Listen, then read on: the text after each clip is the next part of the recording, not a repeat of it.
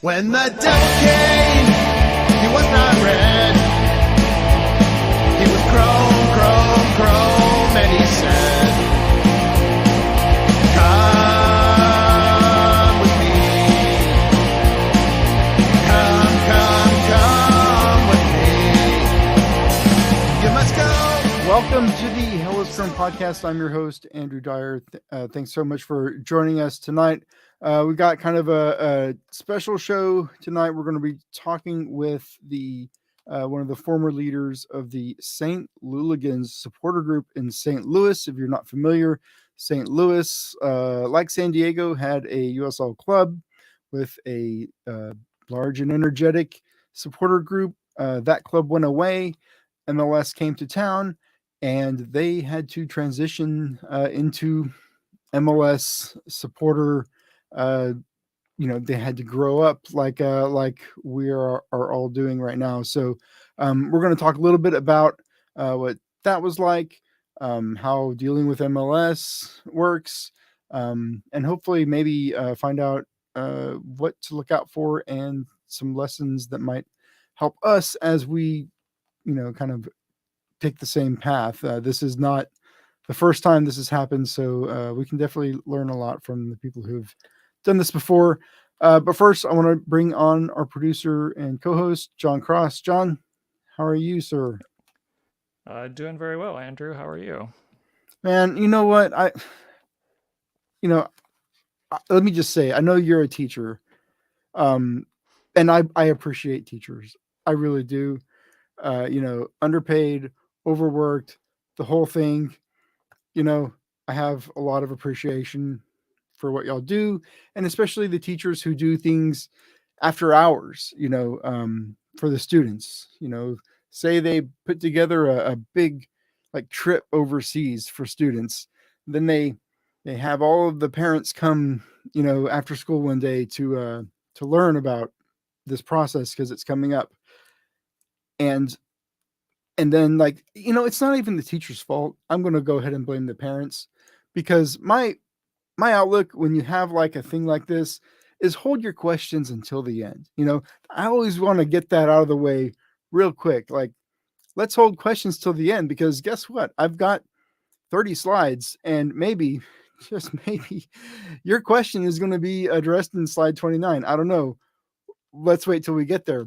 But, it was fine. It was fine. Everything's fine. I'm fine. I'm here. The show's live, and I was on time. So, thank you, teachers. I was gonna say you were not only on time, you were surprisingly early by 2 minutes before the show starts, which is a little early for you. You're usually rolling in right when we're ready to go. Well, even when I don't have to go to Carmel Valley for soccer practice, I still found a way to barely make it. So I'm glad I can keep batting 1,000 on that front. Before we bring on our guest, I wanted to just check in with you real quick, because you are the locals representative on this Alliance Council. And I think there was a meeting. There is a little bit of news, I think, coming. I think we can tease that for the end of the show, but there's a roadmap and some deadlines. We're going to name this thing very soon, right? We are going to name this thing very, very soon. Yes. All right. So I for don't think I'm going to say too much more than that. We'll save that for after our guest. Yeah. So if you're interested, that's a little teaser to stick around later. But let's go ahead and bring on our guest from St. Louis, from the St. Louligans. It is Brad DeMumbrun. Brad, did I say your name correctly? Yeah, that's good. That's good. Thanks so much for coming on. How are you doing? How's Missouri? Missouri is Missouri. I was telling John earlier, if I suddenly disappear, there's sort of a storm going on, and that means I've lost internet or power, but it's kind of blown through, so I think we should be okay. I've been driving my 16-year-old son. I've been driving him absolutely crazy, because I'm from I grew up in San Angelo, Texas, which is West Texas. It's Tornado Alley, and so I just have all these vivid memories of the spring like storms and the supercells and Yeah. the tornado sirens and all that stuff. And there's just been this. I mean, I'm way out on the West Coast now, but like on TikTok, there's just been all of these like awesome like tornado videos from people, and I've been so excited about it. And he does not give a shit. And like I'm trying to tell him like why it's so. I mean, it's not cool. Yeah, they do damage, but I understood. Yeah. The Midwestern, I'm going to go stand out in my front yard and watch the tornado. Yeah. Oh yeah, it's wild. So tell us a little bit about. I don't know how familiar you are with what we're doing in San Diego, but tell me a little bit about the history and the background of the St. Louligans is it just the Louligans? Maybe It's St. Louligans, whatever. Yeah. So when did your supporter group start? How did it grow, and what club were you all supporting at the time? We started in 2010, and at that time, it was when USL and NASL were starting to break up a bit, and NASL was kind of poaching some teams from USL, and AC St. Louis was a team that was started, and that was its one and only year. Like, came out, got a group of bands together. It was good. We were all having fun. And then we started to hear little rumors that, oh yeah, the money's all gone. So we made it through that first year, but we knew they were dying. But then, some of us were like, we're not done. Like, we really enjoyed this. There was a PDL team in St. Charles, which is, kind of half hour, 45 minutes outside of St. Louis. So we said, okay, we're going to Division 3. So we, kept the band together, did that a couple of years out in with PDL, and then St. Louis FC started to go USL at the time USL Pro, and they contacted us. They said, we love what you guys do. The PDL team was like, we really can't keep this going.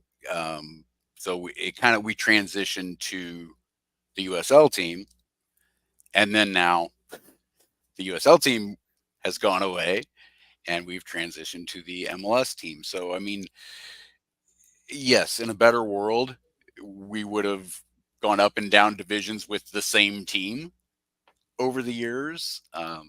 But we've always kind of just said, we're here to support soccer in St. Louis, and whatever that means. I mean, along the way, we've also gone to indoor teams. We've gone to women's teams. We still support all the different teams, but our main presence is at the MLS games. So doesn't St. Louis have like a kind of tenuous claim about being some sort of like soccer city USA or something? What's that about? Is there now, I'm afraid that you've said that now. Sporting Kansas City will be sending you a letter telling you to knock it off, because they've officially owned the trademark of Soccer Capital of America. Okay. I didn't know we could just file some paperwork to get that done. I thought it had to be, hundreds of years of history and playing the game, but apparently it's all paperwork. So yeah, we're learning that with MLS. A lot can be true just because it's on paper, like the salary cap or your exceptional players from Argentina. Yes. Very, very interesting league. We're just starting to learn about. Miami discovered Lionel Messi. It's the what's the homegrown. Yeah, maybe they can get a little extra GAM or TAM if they count him as a homegrown. So now, when you started this transition, how long was the transition from your USL team going away and the MLS coming in? How much time was there between that, and how much time did you have to ramp up? Well, and I kind of want to ask how you guys are doing it too, because I'm not sure if it's the same way, but when our USL team went away, I was telling John earlier, the last year of it, which was your first year in USL, was the COVID year. So we didn't even get like a true proper goodbye to St. Louis FC. But our owner was involved in the MLS team. Like, so it was always kind of, you know, we're going along with him to the next level. We had 1 year where we went and watched their, what is it now called? The MLS Next, not the Next Pro, but just the Next. It's like the academy teams. So we had 1 year where that was kind of our focus.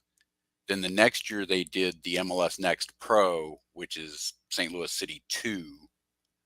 So before the main team started, there was the 2 team. So we had a year of that. And then last year, the MLS proper started. So depending on how you count it, I mean, we kind of had a slow roll in to get there and started attracting more people along the way. So whenever you were in USL, how many supporter groups were there, or was it all kind of It just was, y'all? yeah, I mean, there were a couple of small ones, but it was basically us. We were the only big one. We were the only one, you know, doing things. There were a couple others, but it was usually like, oh, it's 3 or 4 guys who are friends who call themselves a supporters group. We were the only ones, you know, doing scarves and t-shirts, and had a, you know, we had probably 800 to 1,000 members at the time. That was in USL. Yeah. Wow. Now, whenever you were doing the ramp up, or there was like a bridge period, right, when USL Yeah. was gone, and I would imagine that some supporters may have dropped off when you Oh, went yeah. to MLS Next. Yeah. So what was that bridge period like? How did you keep people engaged with supporter culture without the team to support? I mean, you know, we did a lot of events, you know, hey, come meet the Louligans. If you're new to soccer, if you're interested in what's coming with the MLS, you know, we're having a thing at this local brewery, or we are going to be at the, you know, academy team game. Come out and see some of these kids. They may eventually be a part of, you know, the MLS team. And I mean, and you know, it's hit or miss. Like sometimes, you know, 15 people would show up, and sometimes hundreds of people would show up. So we, you know, we were kind of creative with things we did. We did some live podcast events, working with breweries. That's always good. Like, you know, I highly recommend that. You know, people come out for beer, and Yeah, we've noticed. so I mean that was fun. But yeah, it's just there's no like right answer. Like I can't tell you guys what's going to work, but I will tell you, if you think it's not working, once the first kickoff of the game happens, there's going to be more people than you know what to do with. So yeah, I want to hear a little bit about that, because I think right now, so we have 7 supporters groups recognized by the club that have come together to on paper. It's, I'm not sure Did exactly they did they what exist before with the USL team, or some did. okay? I think most started with the MLS announcement, or shortly Right. after the MLS announcement. So there's this kind of mixture of groups that are more established and maybe have more members, or you know, like with the locals, like it's been 4 or 5 years, and there's, you know, a leadership council, there's bylaws, there's, you know, legal paperwork, and incorporation, a website, membership portal, you know, Discord, Slack. Like, we have a very robust kind of infrastructure for communication and organizing, right? And that didn't happen overnight. Yeah. And then some of the other groups are smaller, they're newer, they kind of don't have all of that. So we are all kind of, uh, as it is right now on this council, with everybody's coming at it equally, with the each group being represented there, and that process is kind of ongoing, but they're kind of wrestling with the same questions I'd imagine y'all were wrestling with, like how to incorporate, like how do we add new groups that show up? How do we, distribute tickets in the section? So, how long before that season one kickoff did you start communicating with the front office, and what was that like? What were the expectations, and how were they communicated to y'all? I'll say very similar. Like, we existed before all the other groups that exist now, and there are several, uh, are new since MLS was announced, and some even that first year started. Now there are some members of those groups who were Louligans who kind of split off to, like, there's a Latino group that one of their main leaders was with us at FC, but he saw this as an opportunity to, kind of grow that area of the spectrum. And he'd been talking about doing it for years. This was a good, launch point for that. So he's got some experience with how we did things.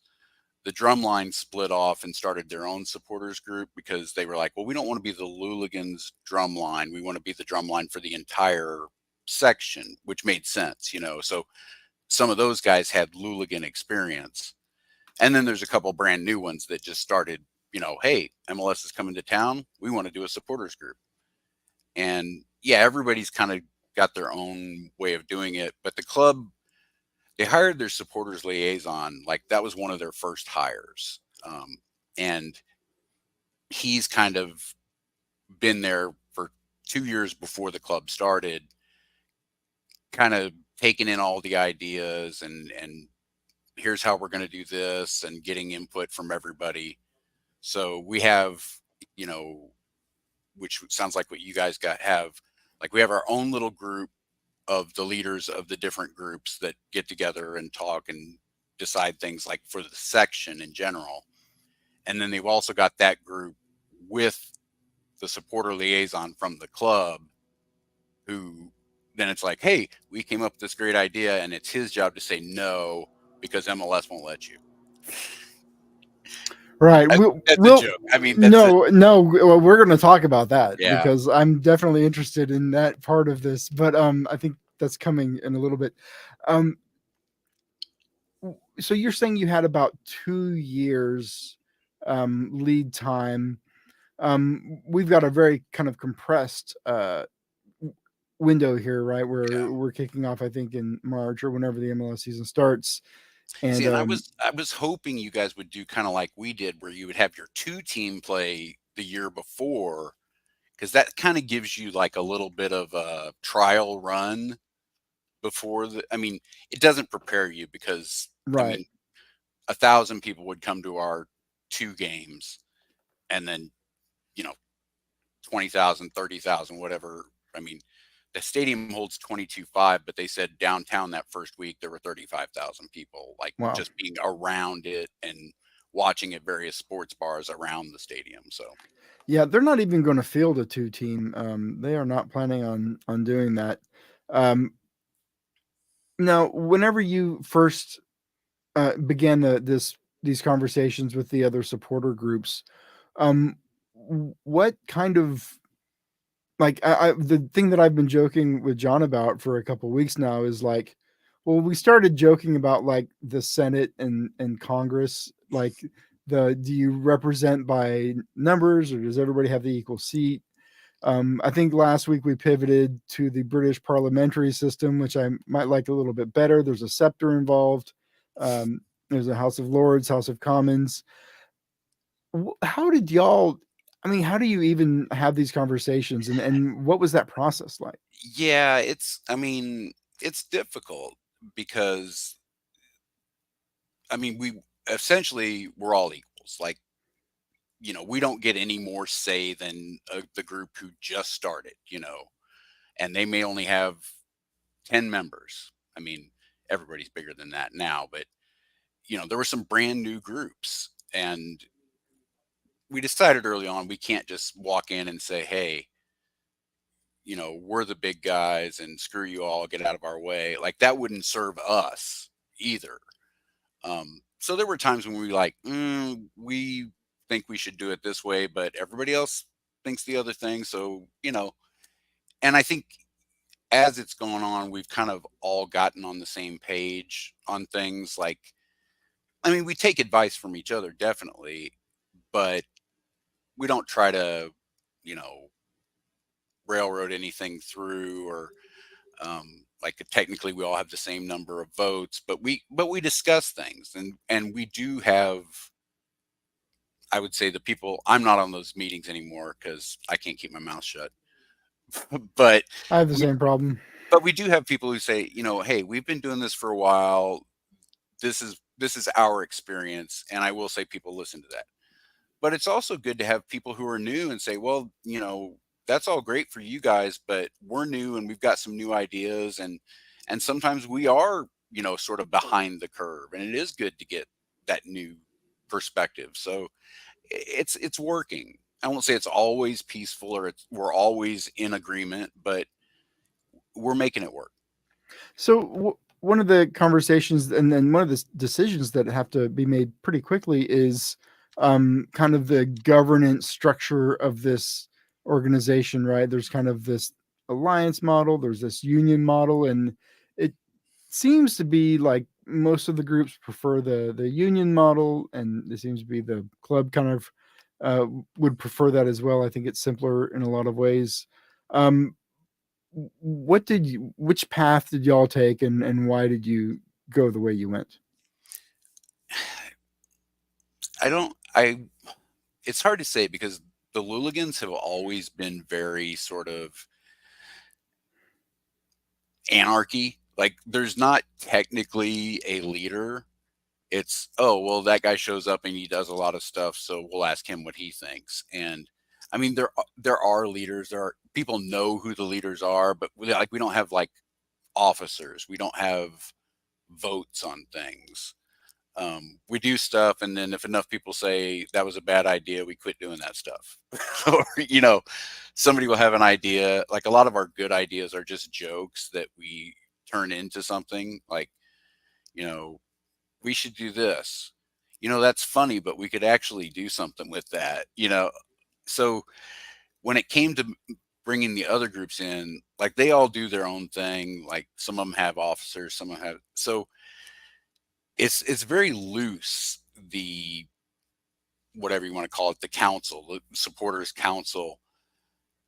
There's not like a, you know, formal roll call vote and the Louligans vote this way and the punks vote that way.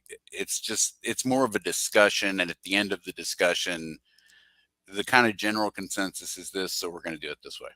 So it sounds like this alliance, this council, is there a name for the umbrella group? No. They talked about it probably for a year.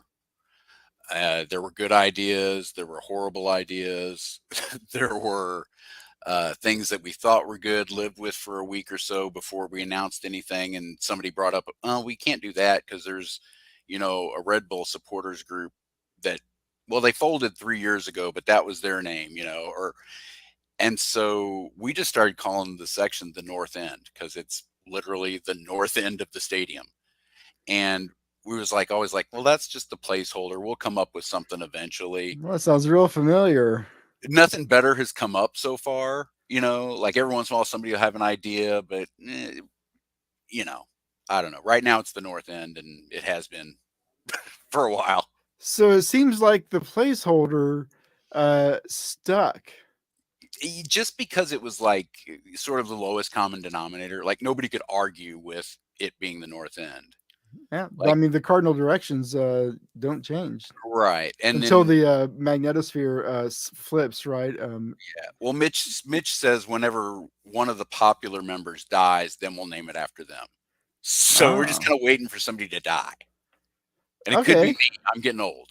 So, So yeah, I don't know if John told you, but our supporter section is also on the northern side of our stadium, and our placeholder name. I mean, you're not going to believe Surprise, this. yeah, surprise. It's the North End, yeah. and I freaking hate it.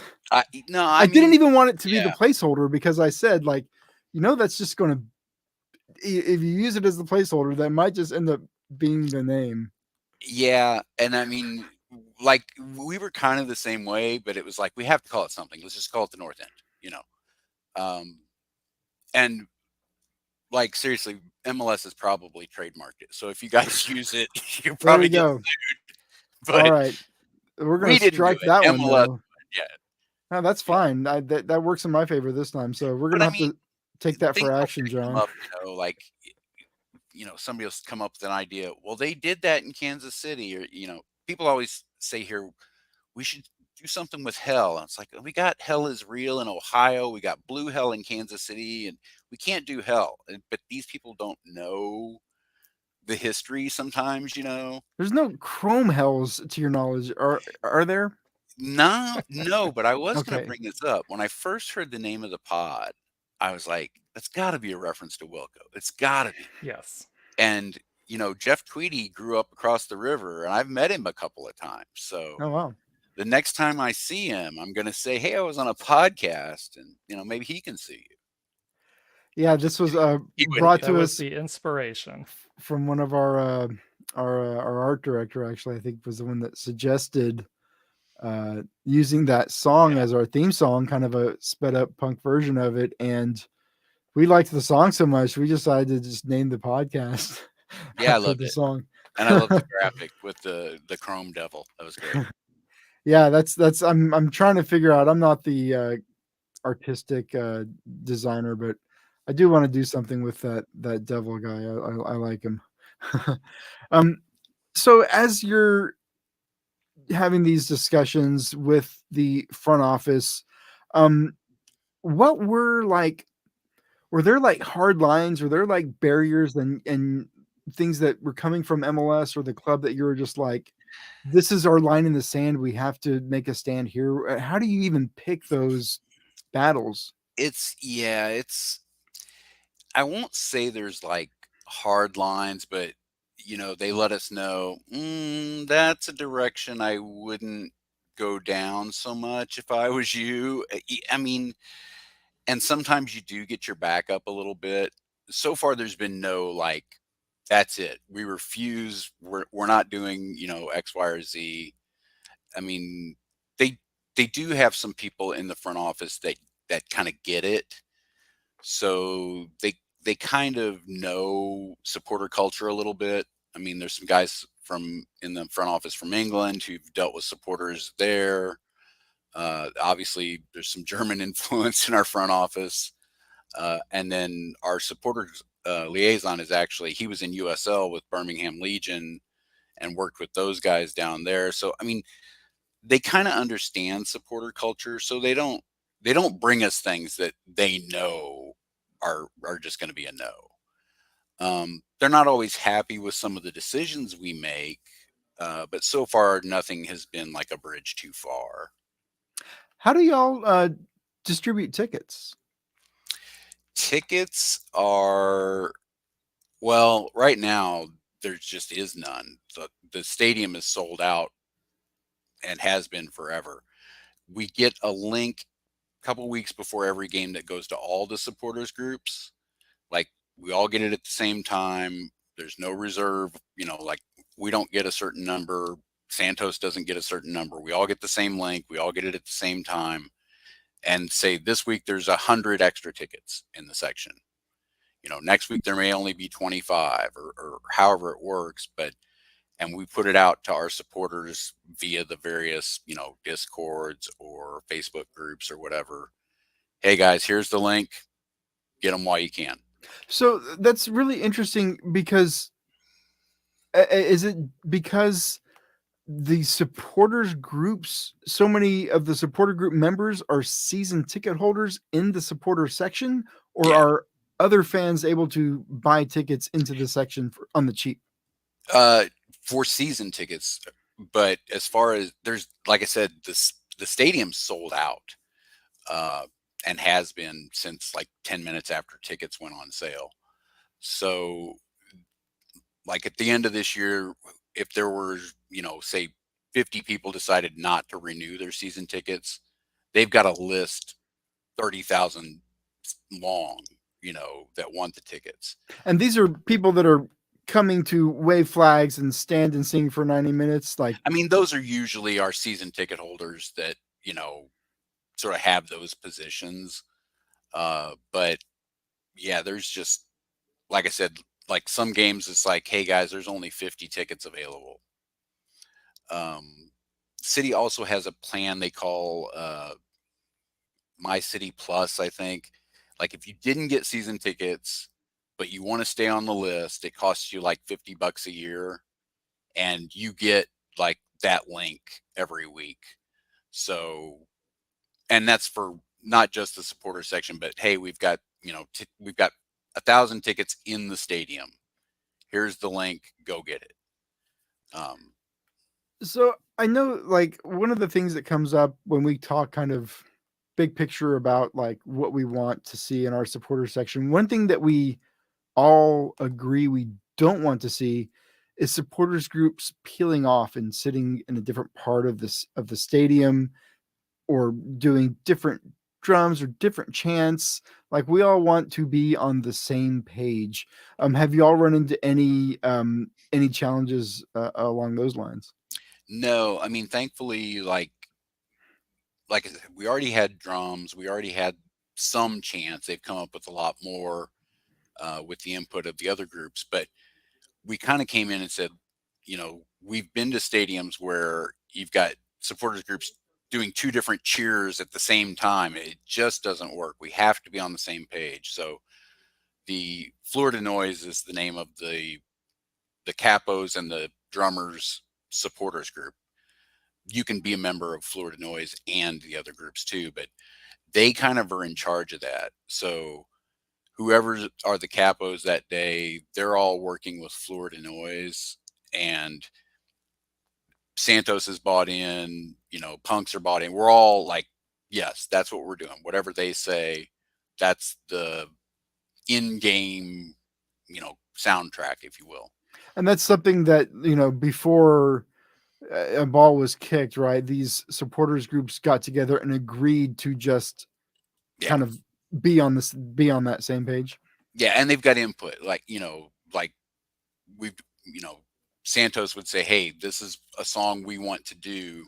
So we incorporate that into, so like you can come up with a chant or whatever and work with them to get it in. But we're just not going to go rogue and start singing the song we want to sing, no matter what the drummers are playing. Like, I think we've all kind of agreed that's for the best if we, work together on that. And then there are some, like, in the other stands, people want to do stuff. And it's like trying to explain to them. I mean, you can, like, but like we want to join in. Well, you can't really hear us. It's, you get that weird echo of things.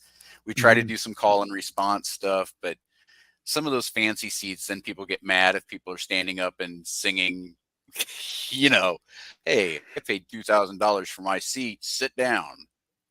So Yeah, the I'm supporter not. section, it's all wild, but Yeah, yeah. I don't. I've tried to go and sit at a match. It's not for me. I like to be doing things. I play a drum, so that's kind of my role in the section. But John, I wanted to give you the chance to jump in here. I know I've been kind of asking all the questions, but so John is kind of one of the facilitators in this council. He's the one that's kind of been, I don't know, self-selected to kind of do the paperwork.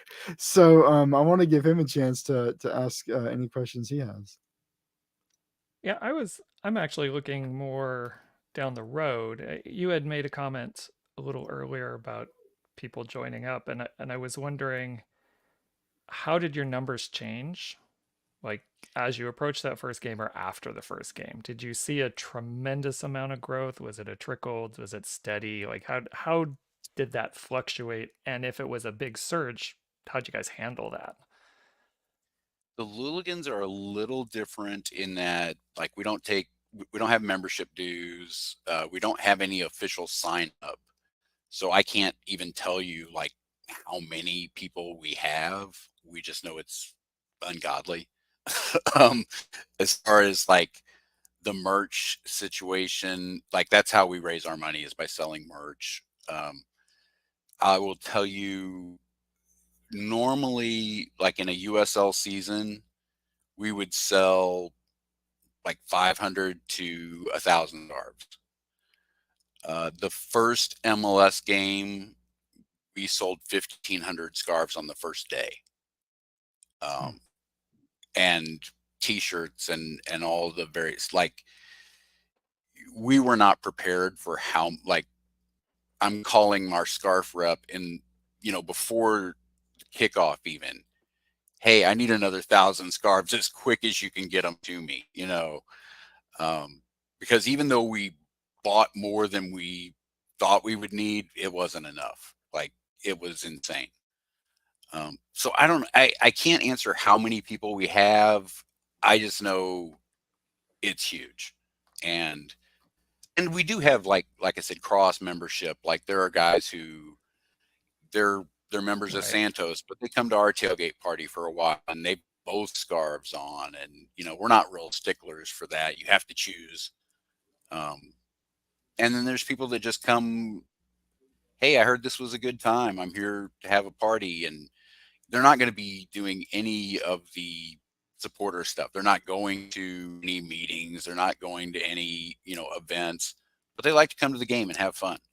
And, Right. we've got some flags that we just kind of pass around the section. Oh, good. I'll be 10 minutes waving the flag. That's their level of engagement. And that's great too.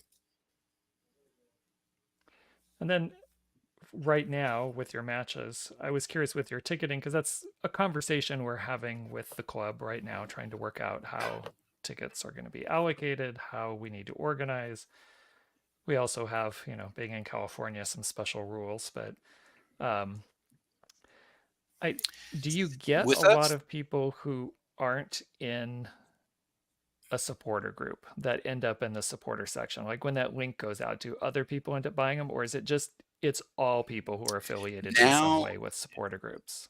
now that link for the support section goes to the supporters groups and we disseminate that link.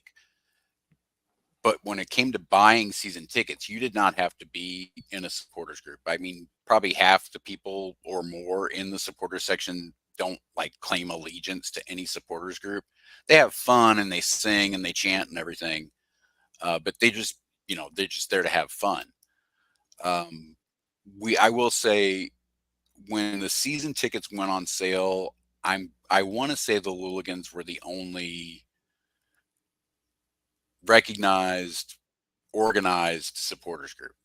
And we did get an early link for season tickets saying if season tickets went on sale at 10 a.m., we got it at 9 a.m. to give to our members. So, Right. we got a bunch in, but a lot of people just, bought season tickets. And, we tried to warn people like well in advance. Like, we put out this is what the supporter section is. Don't just buy it because it's the cheapest ticket. Like, it is a standing section. There are no seats, but like, we really like kind of made a concerted effort, and so did the team, to put out, if you're going to stand here, this is what's expected. And you can't cry about flags being in your face. You can't cry about, standing the whole time, or people singing, or like, you have to kind of warn people the supporter section's a different thing, especially here in St. Louis. It's not like a Cardinals game. It's not like a Blues game. It's, it's a little different. So, Yeah, that but was so I was far going to everybody follow loves up. it. Yeah.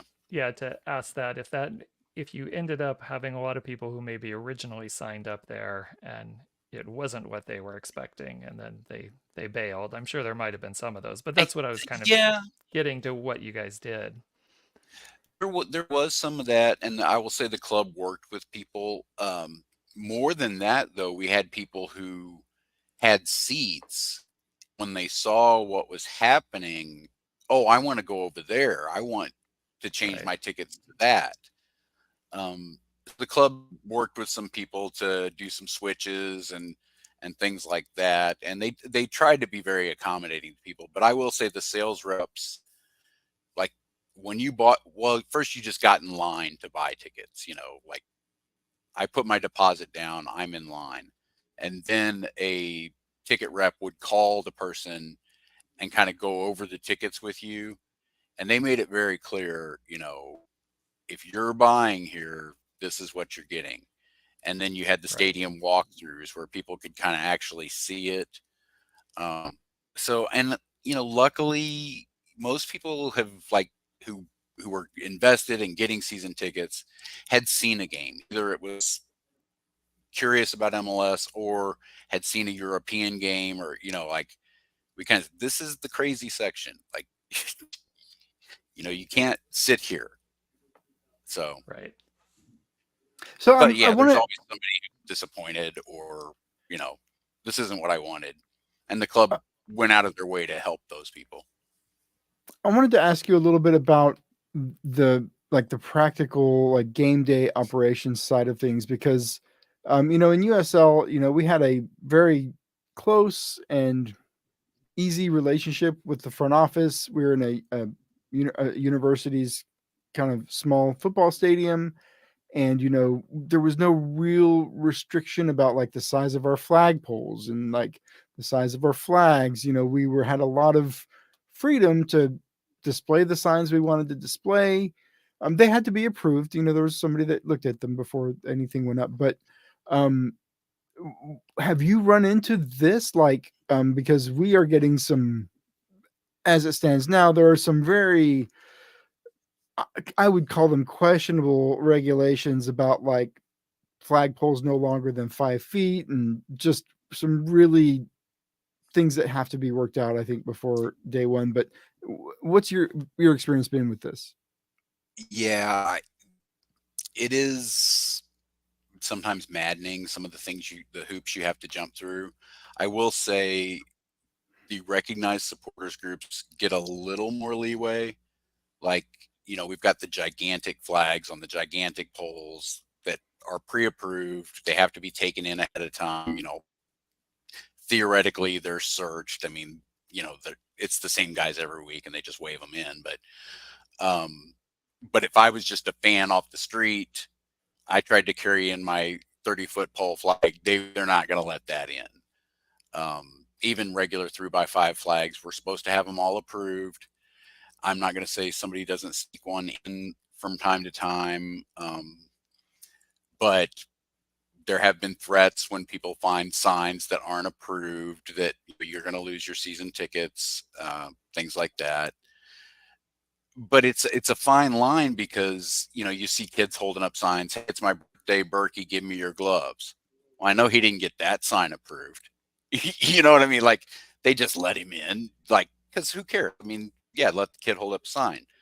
Well, if one of our members wants to get a little snarky and put like some guy, I forget what the sign was even. It was something not complimentary to the officials. It wasn't vulgar. It wasn't like there was no curse words on it. There was nothing, but it was like, the ref's blind. Or it wasn't that, but let's say that's what it was. He was told that sign wasn't approved. Give it here, and they took it away from him. That's bullshit. But It gives them the tool for like a selective enforcement. Like, they can always right, point to the rule and take it right, away. and there have been signs that or banners that we wanted that we had to change the wording on because of whatever reason. It would be approved, and then, oh no, we spoke to somebody in legal, we've got to change this. And it's maddening. What And type of signs get that I kind of reaction? yeah, I will give you an example, and this was back when it was the 2 team. And I'm just covering my ass here because maybe they'd let it go through now. Right after the Dobbs decision was announced, we wanted a sign that said, women's rights are human rights, and another one that said abortion is healthcare. Flat out nixed the abortion is healthcare. You can't do it. You just can't do it. Blah, blah, blah. All right. We kind of, figured they'd do that one. women's rights are human rights. That's fine. Well, then before the game, they said, well, we're not exactly sure that one's going to fly either. Maybe what about you just a sign that says, we support human rights or something? It's like, no, and so they finally let it go. But it was one of those things. It's like, really, are we going to have this argument? Like, we gave you the one that we could see may push a few buttons, but this one's basic. This one's pretty generic, So, and then another time, we have international flags for all of our players. We've got a guy from Sweden, so there's a Swedish flag. We've got, all that. And this was before anything happened in the world that's happening right now. Last year, a guy brought in a Palestinian flag and was waving it. And me and my friend were sitting there looking at kind of, that flag looks familiar, but what country is that? And finally one was like, oh shit, that's a Palestinian flag, oh, that's kind of cool. Well, then after the game, we were told no international flags unless there's a player, that you're representing. So it's like, was that just your sly way of saying you can't wave a Palestinian flag? Or, you know what I mean? Like, are you making it political? Like that kind of stuff. So now that was before what's going on now. Now I'm sure there would be a whole team of lawyers in the section if there was, oh, there's Jeff walking by in the background. A Palestinian flag or an Israeli flag. Now I'm sure would trigger several text messages immediately. But yeah, I've heard of one of our members going into the same stadium for a different match. I can't even remember which team's match because they've been just running teams through Snapdragon like crazy. So I couldn't even tell you which game it was, but he had a Palestinian flag, and they got him like when he was coming into the stadium and told him he couldn't bring it in there. Well, and it's also weird though because it was a jersey. Okay.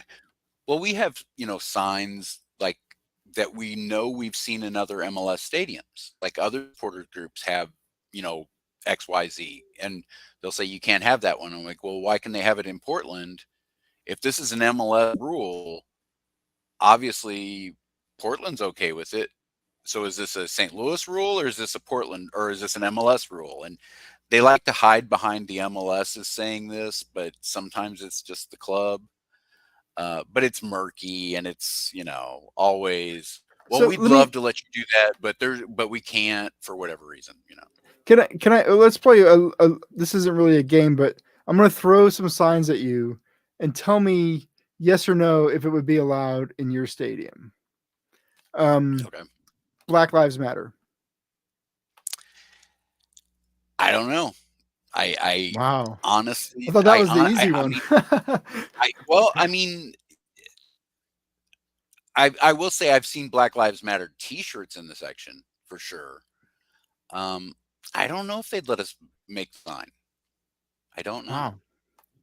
Huh. I mean, maybe they would. I'm not trying to be like too negative, but sure. No, that's interesting that even that one kind of gives you pause. What about like the Iron Front? That's the 3 arrows pointing. That's the anti-fascist symbol. I think we would be on good grounds there because MLS does allow it in other stadiums. My gut reaction is they would immediately say yes, and then someone in the front office would figure out what it meant, and then they would say no. And then we would have to say, no, it's up here in these other stadiums. That's how I think it would go. What about something about, I think, what did we do in Torero, John? I think it was just end gun violence with the orange streamers. End gun violence. I think that would go. I think that'd be good. I think they'd let that. What about the like pride flags, trans pride flags? All good. Yeah, we've got those that we fly pretty much every game, and especially during June. Yeah, that's no problem. What about a Blue Lives Matter flag? Has anybody ever waved one of those in the section? I will say back in the St. Louis FC days, there was a guy that brought the "Don't Tread on Me" flag to every game, and like I, I don't know what statement he was making. He got some heckles, but like he flew it. So I'm sure they would allow a Blue Lives Matter, whatever, you know what I mean. I'm sure they Mhm. would allow that flag in. Um, I bet there would be some discussions amongst fans with that flag. Can I put it that Uh, way? very well put. Yeah, Yes. That's so funny. Well, because we've seen even people with T-shirts on kind of get into little discussions in the stadium, like, and it's just like, guys, just wait till we're outside, then have the discussion. Let's just enjoy the soccer game. so yeah, let's that's a good segue into this the security aspect, because there's this thing where like the club wants us, obviously we're going to do our own bylaws, code of Yeah. conduct, so to speak. Where have you seen issues? Like, is it like supporter on supporter stuff, or is it like away fans coming in and causing trouble in the stadium, or trying to come over and I don't know. What's your experience been I'll like say with that?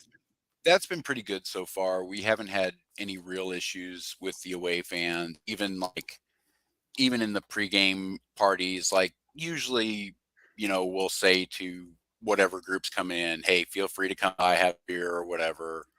Um, you know, light banter, cool, but we haven't had any, you know, craziness. Now I know certain groups have worse reputations than others, or even rivalry games, but we've been pretty lucky so far with it. We've had a little bit of things in the section, but nothing major. But we do have security that sometimes is a little heavy handed, that, they don't know what things are or the way things go. And we've had to run down with one of our leaders, grab the liaison, hey, tell this guy to back off. Our guy can stand here and wave this flag, or, things like that happen. But that's more of like a training issue, I think. So we've been lucky in that regard. So y'all's big rivals, is that Kansas City? Are they your arch rivals over there? Yeah, I would think they're the biggest one, and we had a rivalry with them even in USL with two team. Um, so there's a little bit of that, but I mean, Chicago, Kansas City, uh, that's like sort of St. Louis sports in general. Hockey, baseball, football, whatever it has been. But basically anything you can road trip easily is what we like. Cincinnati, uh, Nashville, things like that. Those are the rivalries. From your perspective, when you look around MLS, and I'm kind of new to MLS. It's not a product I was watching. I was not an Apple TV subscriber or anything. I've been to one MLS match, and that was in Portland during the Western Conference Finals a couple of years ago. So maybe that's not like indicative of every MLS match, because that was Yeah. incredible. But when you look around MLS and all of the different supporter sections of the different teams, who jumps out at you? Who are you really impressed by? I mean, other than yourselves, of course. I love the Dark Clouds in Minnesota. I've always loved them, like even back when they were in NASL. So I followed them, and they were kind of like, if we're going to make the jump, we got to kind of watch what they did. Obviously, yeah, I mean the Sounders and the Timbers Army, Emerald City, those guys are great. I mean, I do like the different flavors you get around. I like Atlanta, I like what they're doing. Um, I mean, some of them aren't as vibrant, but like Chicago, for example. Like Section 8 used to be great, and the people who are there are still great. They're doing great stuff. But when your front office treats you the way that front office has treated that fan base for years, Like, I more feel for them than, anything else.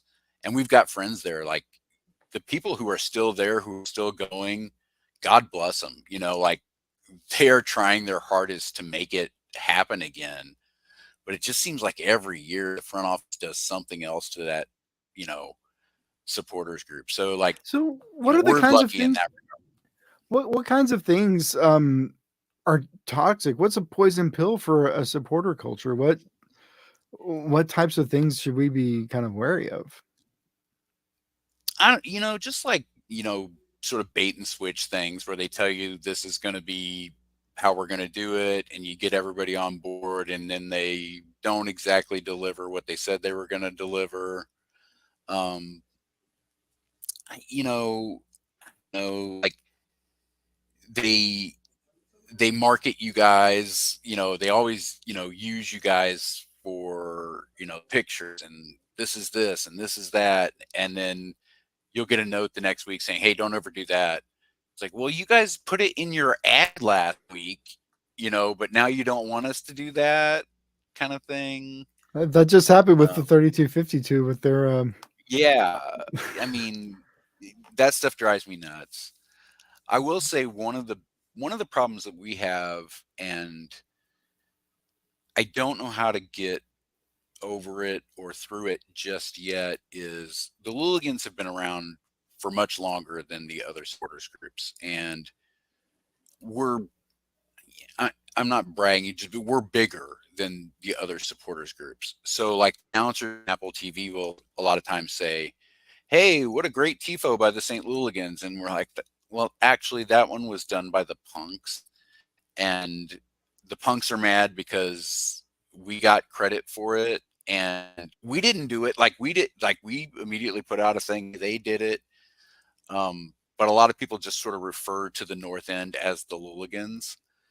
So we end up like fighting battles that we didn't even start, with that kind of stuff. So for that reason alone, like maybe getting a name for the entire encompassing, alliance or whatever you want to call it is a good thing. Because and I mean, people individually are fine about it, but like, they put in a lot of work into that design and that thing, and then the announcer just says, "Hey, thanks Louligans." It's like, we didn't, I mean, we helped paint it, but it's theirs, or things like that. Or the Florida Noise guys, they bust their ass playing drums all, every game, and they're like, "Wow, the Louligans are making a lot of noise over there." It's like, oh, it's not just us, it's like that kind of stuff. So I would say just make sure you have good relations with the other groups going in, because that kind of stuff's going to happen, and you're just going to have to take some on the chin, you know, so and then that's tell them when something bad happens, they're going to blame us too. They're not right. going to know it was you guys. So That brings up my kind of my next question was what like if you could go back with what you know now, is there anything that you would do differently when you were kind of building this thing to go into MLS? I don't know. I mean, things things just happen, and you just kind of roll with it. And like, I don't even want to tell you guys what to do, because your vibe, like whatever worked for you to get you to where you are, keep doing that. Like, people obviously like what the locals did and what you're going to continue to do, and it will evolve and it will change, and some other group will come up and do something different. Like, don't try to chase things, don't try to like be all things to all people. And you do have to get a little more sort of general as you get a bigger audience. But just stay true to what you guys do, and don't, like, just because I said something doesn't mean that's the way it's going to work in San Diego or the way it should work in San Diego. And you're going to make mistakes. That's Sure. fine too. But I think they're I yours, think you know. one thing that I'm kind of noticing, and this isn't limited to one supporter group, but I think for some people who've been maybe who were involved in USL and who've been doing this, it's been challenging because not everybody is ready to, I think in terms of what's good for the entire supporter section. I think folks still kind of lean on like what's best for my supporter group, like this individual Yeah. group. Did y'all run into that kind of stuff? How do you get that shift in thinking? And is that shift in thinking even required? Yeah, we still run into it. Like, I mean, I will say things all the time, like, well, that's not how I would do it. And my friends are like, that's why you're not running anything anymore. Like, I mean, jokingly, like, no, I mean, you do have to kind of shift your mindset. You do have to kind of think of a bigger, broader audience. You get a lot more attention on you. Like, you can't get away with little things you used to get away with, you know? Um, but even then, like, sometimes you got to make that mistake. You don't know where the line is until you cross it a couple of times. And just because I don't think it's a good idea, I'm not always right. Or sometimes they come back and say, well, yeah, you were right. We shouldn't have done that. Or, like things like that. But, none of have, I mean, that happened in USL too, though. You just don't know until you try something. And sometimes it works and sometimes it doesn't. John, I want to throw it back to you. I know I don't know what time it is in the Midwest, 3 in the morning or something. Y'all are so far. Oh, we're only 11:15. I'm still okay. I got Um, 45 minutes till I turn into a pumpkin. John, I wanted to give you another opportunity to ask Brad any questions you have. Yeah, my last thing that I would ask is I was looking for my notes here. In St. Louis, you guys have a very rich history in the Open Cup, and I was just, where did the St. Louligans stand with MLS's stance coming into this Open Cup? And then Yeah. I don't remember exactly if did St. Louis put a team in the Open Cup? No. Were they one of the 8? No. So I was just kind of No, curious where you guys yeah. stood on all of that. It's one of our very first meetings with the new ownership, and this was back when St. Louis FC was still going on. We told them how important the Open Cup was to us, how we were looking forward to St. Louis actually, being able to win another Open Cup and sort of tying the future to the past of, won't that be a great story that we've added another Open Cup, in modern era, and then this happened. We're not happy about it. And the decision we made when this happened was MLS blamed it on fixture congestion. I mean, that was their line. We don't believe that. We don't believe that for a second. We think this was a money issue. We think MLS has devalued the Open Cup for years and now finally decided to chuck it because they can. And our response was, and the other supporters groups in St. Louis joined us in this response, was, okay, that's fine. We will not be going to or participating in the Leagues Cup. That's your tournament that you made up and caused the fixture congestion. So we have fixture congestion on those League Cup days. There won't be any pregame parties. The drum line won't play. I'm not saying people won't be in the section chanting and having fun, but there won't be any organized capos or any organized supporter activities for the Leagues Cup games until MLS decides to fully participate in the Open Cup again. Wow, so that's one of the things that I think, and the team is not happy about that. But well, I'll bet they're not, because this is kind of one of those things that we talk about when we talk like, broad, big picture about why these union alliances are so powerful is that because when things happen like this, um, you can kind of vote with your dollars, so to speak, and missing that part of the atmosphere, that hurts. That really hurts. So Yeah, this was a hard sell, especially for Santos, our Hispanic, predominantly Hispanic group. Because I mean, we're playing the Liga MX's teams, and they want to go see these teams, and so I mean, we've decided like you can still go. Like if you're a member of a supporters group and you want to buy those tickets, because those weren't included in our season ticket pass, so you had to either opt in or opt out huh. for the Leagues Cup. So I opted out. I'm not going to go. But if you want to go see those games and still support the team, I'm not going to say you can't be a member of the supporters group, but line we drew was the organized activities. So, I'm not going to say somebody you want to go support the team, by all means, go do it. But the supporters groups sort of functionaries are taking the day off.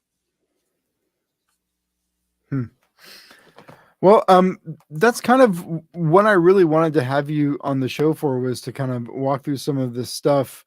John, do you have anything else for Brad before we let him put his slippers back on? And I do not, but I want to thank you very much, Brad, for spending some Yeah. time with us and staying up so late over there in your part of the country to talk through some of these things to hopefully help us and our supporters and wider alliance. Maybe we Yeah, I can mean, learn we some weren't the things. first to do it. You guys won't be the Right. last to do it. I mean, Indy may be calling you guys next year. Did you oh my guys do it? gosh, that is I that. mean, totally different situation, but You know, can I just say, like, it was such, they introduced that USL stadium, and it's like, I don't even know if 2 months went by. I mean, it seems like they just announced it, and then and it just seems like, you want to give people the benefit of the doubt, right? But like when the same thing just keeps happening over and over again, Yep. you gotta kind of, this is a good question. I think this is good for some of our members who are not coming along for the ride. How do you separate that, like that kind of disgust, or Get the ick. MLS gives the me the ick ick, about the man. MLS Yeah. with your love and support for your club? Like how do you walk that line, and how does that play out? It just comes down to me and my friend Mitch say it all the time. All I want to do is go watch soccer with my friends and have a good time. It sucks that it has to be MLS, and by that I mean, the corporate or our, because yeah, they do things like that. They do try to kill the Open Cup. They do like, oh, that's something shiny, and we think we'll take some of that, you know, and at the same time, it is cool. Like we get to see Ryan Berkey every game. We get to see really high quality soccer on a Yeah, regular basis. didn't you hear Kevin De Bruyne is coming to San Diego? That was Yeah, I mean, but I mean we're that gonna would be be cool, singing right? Seven Nation Like, Army. Yeah. I mean, there are, for all the ick things about MLS, there are some really cool things. And when it was St. Louis FC, I would be lucky if on my morning commute I saw 2 or 3, stickers on cars.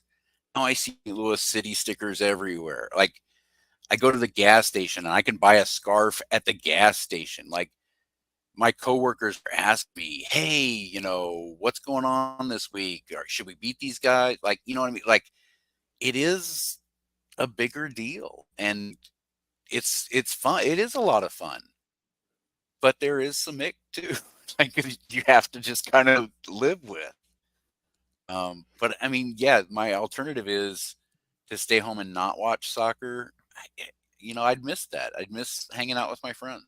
I mean, So we talk about MLS being a uniquely American problem, but then in Europe you have petrol states owning clubs and just yeah, the so I mean, I Super feel League and like that. Yeah, FIFA's not. it I happened. mean, I think there was a whole bunch of indictments like 10 years ago. Like Oh it's yeah, not. I mean It, the annual handing out of the World Cup is always, we just had a World Cup in huh, Qatar, that's weird. Yeah, a right. country with And no then grass. there's gonna be one in Saudi coming up. It's yeah. How does that happen? Oh well, we know how that happened. But we also know that's Or how U.S. got theirs too. U.S. gave them a sack full of cash. Like it's ugly, but I want to watch the game and I want to be there with my friends and have a beer. So I yeah. try to tune out the ickiness of it and just enjoy it for what it is. Awesome. Well, I think that's a good way to think about things because I feel like that's the thing that brings all of us to this weird little subculture we're all in. So, once again, Brad DeMunbrun, thank you so much for joining us. It's been a lot of fun, and I hope that we get to catch up again. Maybe when SDFC and the St. Louis City eventually meet on the pitch, and we'll be able to get a beer together sometime. Yeah, definitely. I'll buy you a beer. Thanks, All right. guys. Thank you so All much. right. Good night, Brad. Good night. Well, John, I know we've been going for more than an hour. I do want to hit before we sign off because I did tease it at the top of the show. Um, the name of this umbrella group. This is something that came up in our conversation with Brad, where they did not name Right. their alliance, their supporter group, and it seemed like that wasn't a big deal. But then it causes some things down the line. But so there is a name of this group to come. What's the current status of the naming process in the alliance? If we take it from an alliance perspective, we have the 7 SGs that are part of the alliance, or at least contributing members to the alliance council. Each of them are in a period right now where their individual SG is selecting some name options, 1 to 3 kind of name options, to then submit to the alliance council. Those submissions are supposed to happen by tomorrow. There's at least one group that has submitted some names already. They did that today.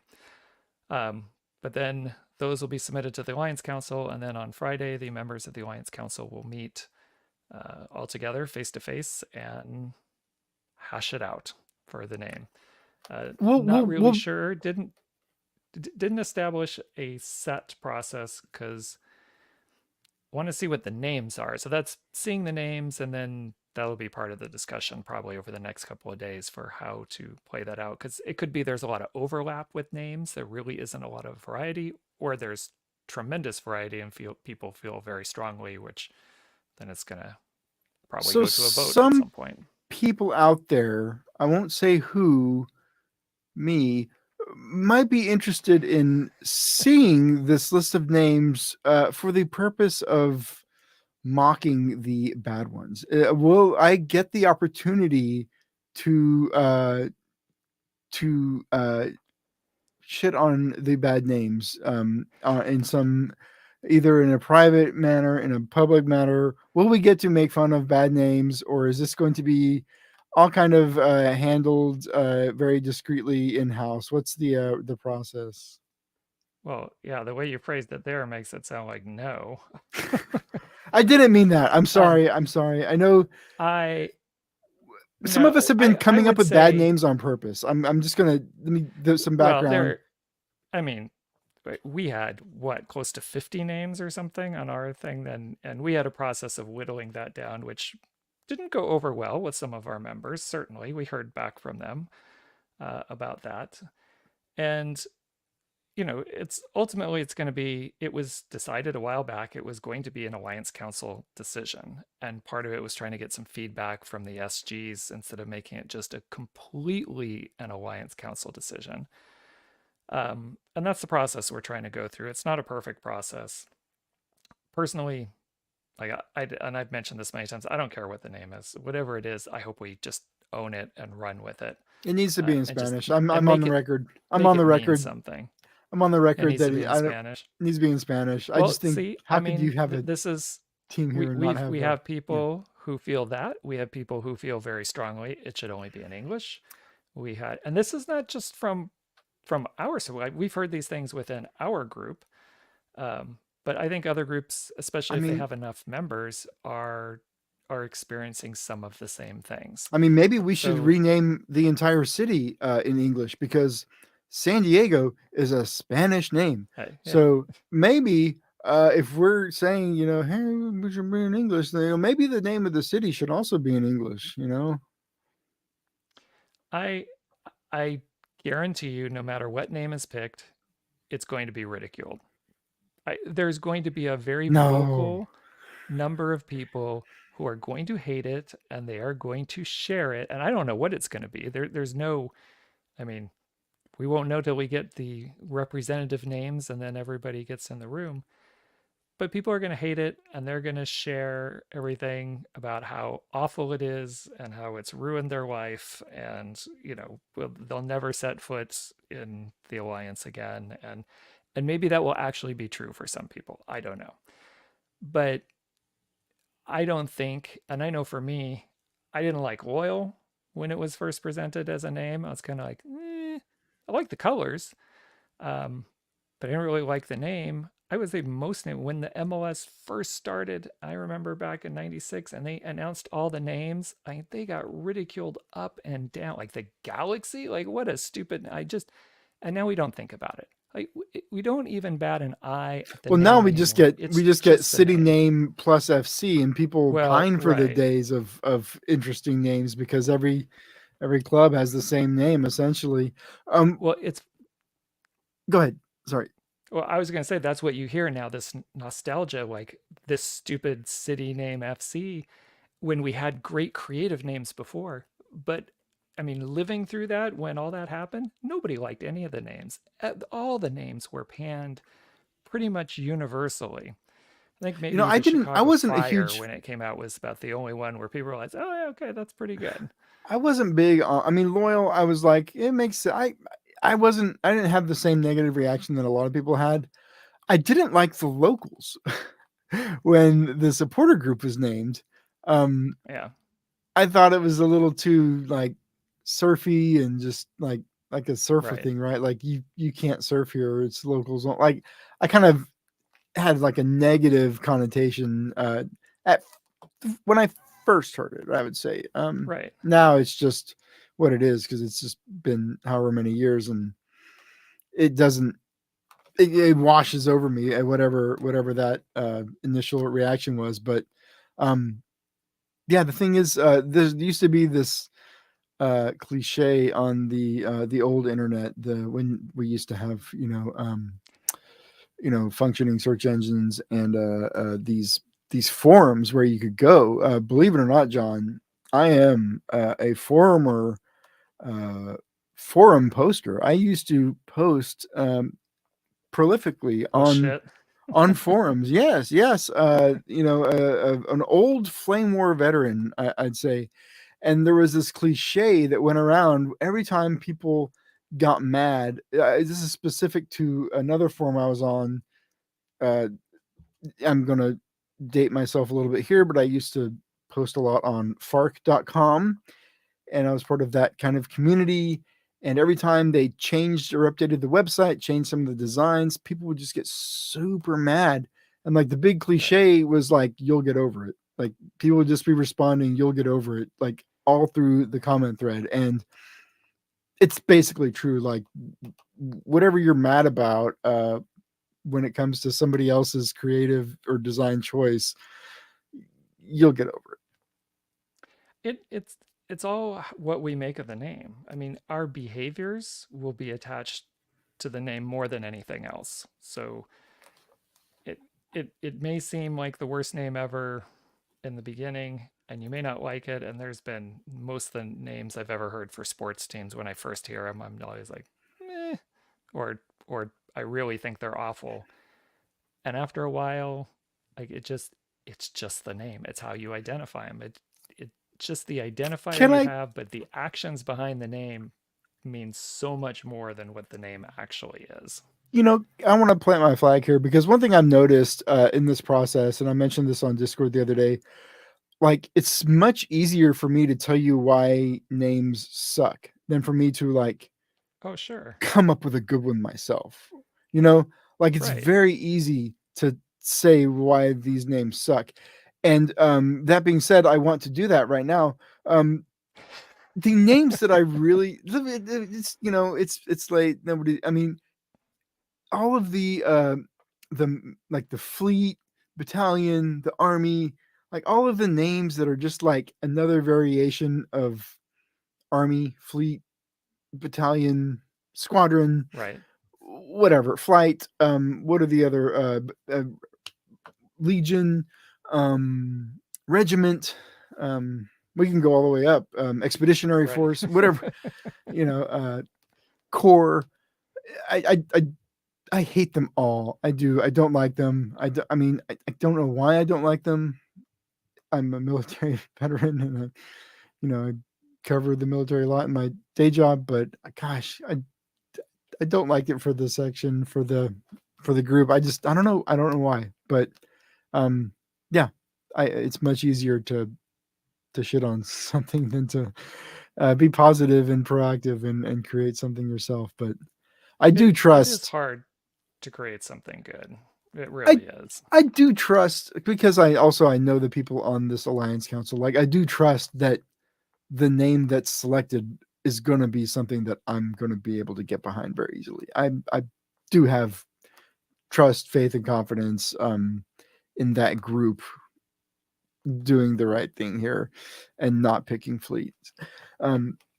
So before we get out, and I think I've segued with before we get out several times at this point, but there is an SDFC event this weekend that we have to let people know about before we get out of here. That is the Vista Chrome Mr. Ball Chromeball Tour. Tour. What is going on with the Vista Chrome Ball Tour? I do not have all the details. I know in our Slack, a couple people were asking about some of the details for this, and I would have to check the website for the club, which I don't have up in front of me at the moment. The reason people tune into this live stream is to watch me type things into this search engine. We're gonna roll the dice and hope that I don't just get an AI generated answer instead of a search result. Okay, there we go. Which is another thing that I've just been complaining about a lot lately is, when you Google something and instead of them linking you to a website with information, it's just like Google's AI, like reading the website itself and then presenting you with a text answer with without references to click. I hate it. It's awful. I cannot wait for the sham that is AI to die, just like NFTs died. All of these fraudsters in the valley will just come up with a new piece of shit technology that doesn't work, and we can move on from AI. Okay. All right. So Vista Chromeball Tour. This is on Saturday. It's at the Vista Magnet Middle School, 10 a.m. to 4 p.m. Once again, there are going to be the soccer tournaments, men's division, women's, high school boys, younger boys and younger girls. These are 6v6 games. I will say at the Chula Vista one, wow, I watched one of these kids game. I think it must have been the high school kids, and there was almost a fight. It was great. They were competitive. They were trying to win. There was a hard foul, and it's fun. If you like football, you like soccer, then these little tournaments are a fun watch. It is fun to watch, the local kids go at it. So that is Saturday in Vista. The supporters groups will be there. All of the groups will again Yes. have a presence. So come on out, get to know the different supporter groups, talk to members of the locals, talk to Riptides, talk to Chavos, talk to Bara, Dago Boys. You will not miss Dago Boys. Let me just say, if you get to the Chrome Ball Tour and you can't find the Dago Boys, then just Follow the noise. give up on life because you will find them. They will, I almost guaranteed, have the most energy of everybody there. There's the I'm blanking on their name. The military themed group will be there. Really nice guys. USG 18. USG, of course. I apologize, USG. And come out, say what's up, and watch some kids play, commit some questionable rough fouls. There was a red card in that one though, so very, very thrilling to see the Chrome Ball Tour red card come out of the referee's pocket. All right, John, anything else for the folks before we actually really do get out of here? Yeah, one last shout out to our Mira Mesa kickball team. Had their championship game last Thursday. I actually went out and attended. It was 2-0. They came out on the losing end though, but they did make it to the championship game, and it was a lot of fun. You know, going out there and similar bad news. The Rocket League team, their run in the tournament has also come to an end. They made it to the semis. They were competing to get out of that losers bracket because they had lost a previous match, and they were in the semis. Had they won, they would have gone on. But it was. I did watch the match. It was, sometimes there's just an off night, and I think the team that they beat last week was better than the team they lost to this week. It was just one of those games where things weren't clicking, weren't connecting. It was very frustrating, but it happens. But very good after being in the league below and getting promoted, first time in the league to make it as far as they did. They did a great job, and as soon as we get some information on the next Rocket League season, we'll share that, and I'm sure they'll be looking for players, and maybe we'll get 2 teams this year in the competition. From the conversation we just had, it sounds like we're going to have to order thousands of scarves before the first match. I know. I was completely stunned when he threw that number out. Like, wow. I mean, because I think right now, because we're so close to everything and we're looking around at these Chrome Ball stops and we're seeing 20, 30 people at each supporter booth, right? We're not seeing this critical mass of people. But then again, I keep reminding myself, like, I'm the weird one. Like, we're the weirdos. Like, all of the normal people are not quite coming through yet. So, it's definitely coming, and I don't think we're going to have any problem filling that section with supporters. I don't think so either. We'll take care of some stuff this summer and then get ourselves well positioned for recruitment in the fall, and I think we'll be in good shape. All right. Well, thanks to everybody who's stuck through with the stream. If you're live with us now, if you're listening on podcast, we just realized if you want to find this podcast on your podcast app, you cannot search Hellas Grown Podcast. It will not come up. You have to still search the old name, which is Loyal Locals Podcast. We are looking to rectify that. I'm going to, again, blame AI for this. I don't know that it has anything to do with it, but I think everything bad on the internet right now, we can kind of point at AI and blame that, along with, Mark Zuckerberg and all of the shitheads in Silicon Valley. But thank you so much for tuning in. We do this every week, every Tuesday.